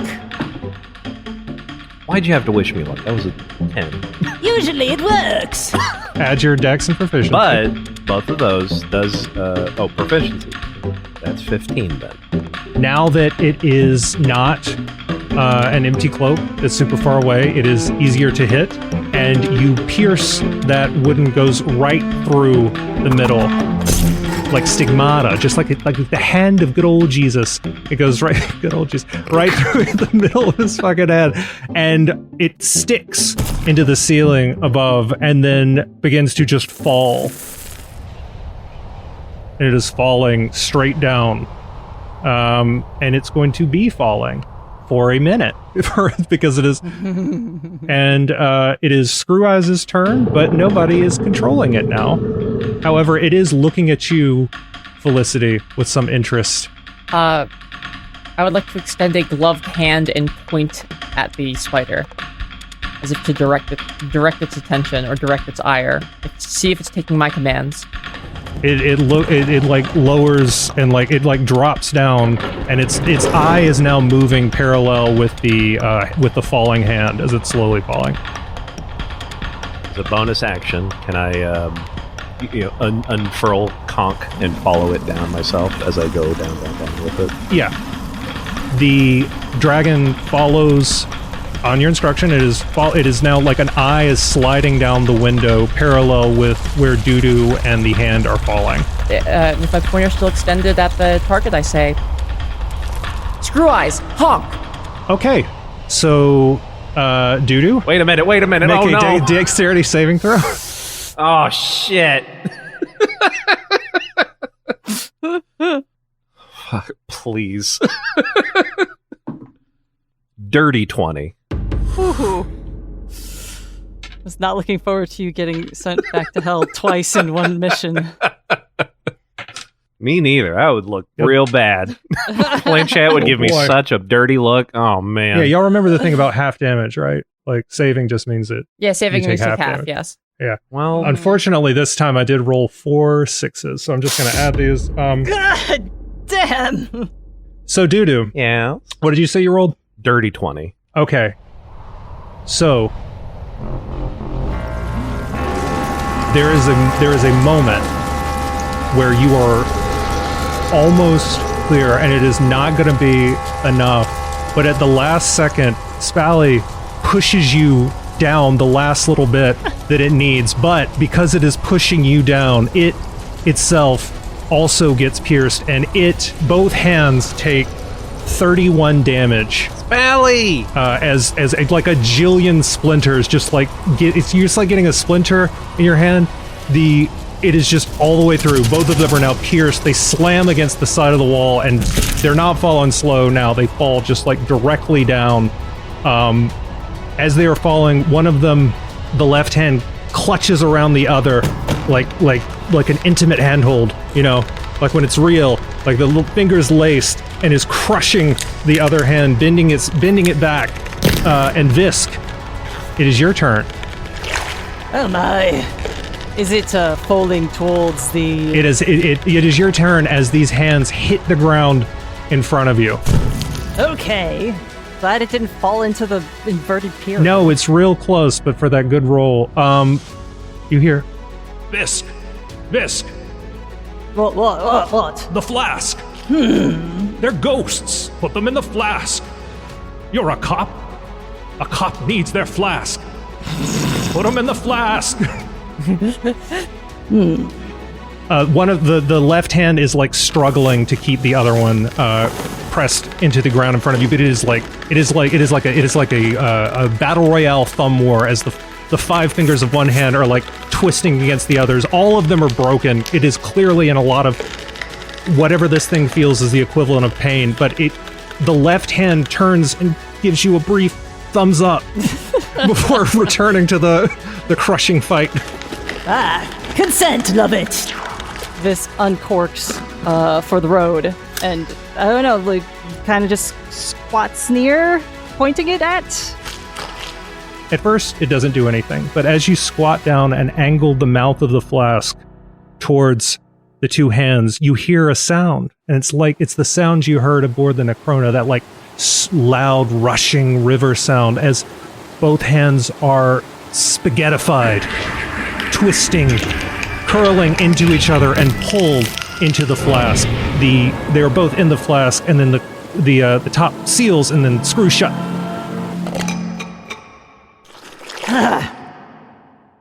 But What now? you also hear something else. You hear the unmistakable sound of a rattling chain.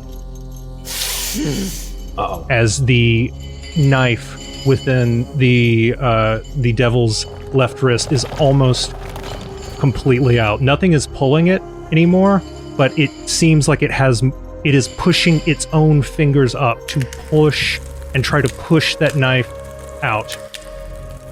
Can I shoot the knife deeper?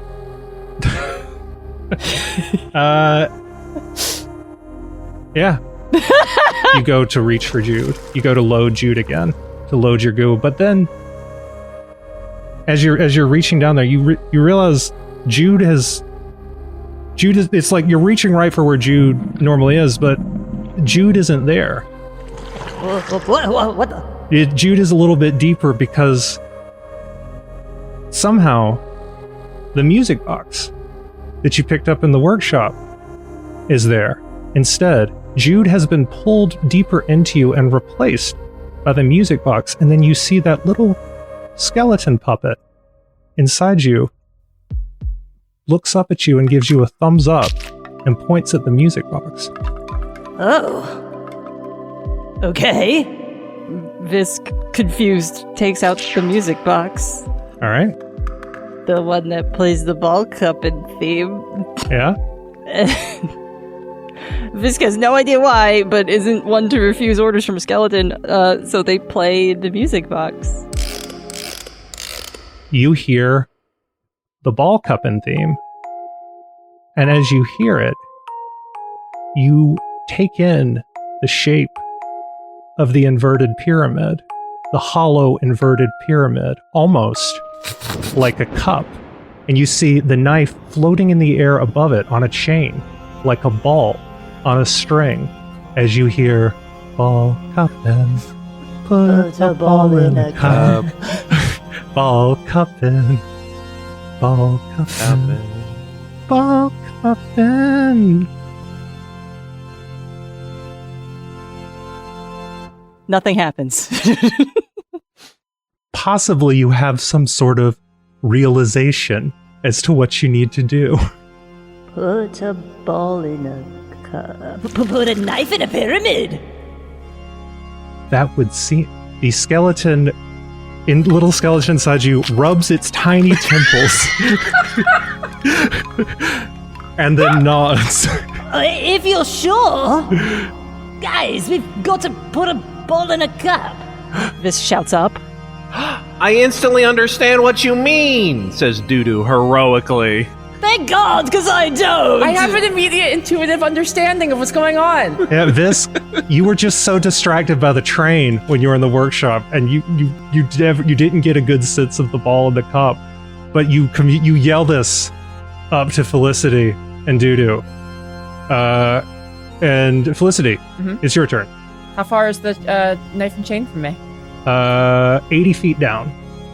Oh, okay. So it's like quite down there. Yeah, it's only about 10 feet up in the air from the bottom. Okay. There's certain things when you do this job that are more important than life and limb, and so Felicity is going to let go of the wall, and she's going to dive towards that knife and that chain with the intent on pulling it down with the weight and velocity of her body. All right. Make a acrobatics roll. This is textbook acrobatics. What could it be but acrobatics? 14. Yeah. You drop 80 feet straight down. The silver armor around your body means you fall especially fast, and it protects you from that burning chain that hurt you so badly last time when you were trying to climb up the chain to get the knife. But your whole body, your entire mass slams into this knife and drives it directly down into the center of the tip of the pyramid. But as you pass into the inverted pyramid, you feel for just a moment like you're back in Ghost Town. Your body does make impact, but you aren't damaged. It's like gravity doesn't matter as much for just a moment. And you all see as the knife drives through the wrist of the skeleton, and it doesn't just stop like it was before, like the other 6 are. It pulls, and it pulls that chain all the way through like a fucking clown pulling out bandanas, and that last knife rips through, and that hand is ripped off and immediately burns away. And then you are tossed up into the air a little bit, and you land safe.